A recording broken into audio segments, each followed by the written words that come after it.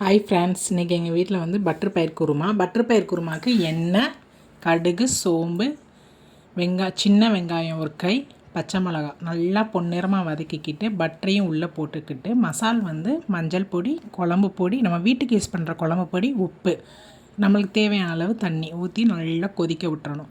தேங்காய், வெள்ளைப்பூடு, சோம்பு மூணையும் மை பேஸ்ட்டாக அரைச்சி கொதித்து நல்லா வரும்போது தேங்காவை உள்ளே ஊற்றி எண்ணெய் பிரிஞ்சு வர்ற வரைக்கும் கொதிக்க விடணும். அடுத்து வந்து சாதத்தை போட்டு என் வீட்டுக்கார் கையில் கொடுத்தா அவர் என்ன சொல்கிறாருன்னு நீங்களே கேளுங்க. அவங்க அம்மா சுட சுட கொடுக்கணும் என் பையனுக்குன்னு சொல்கிறாங்க, நீங்களே கேளுங்க.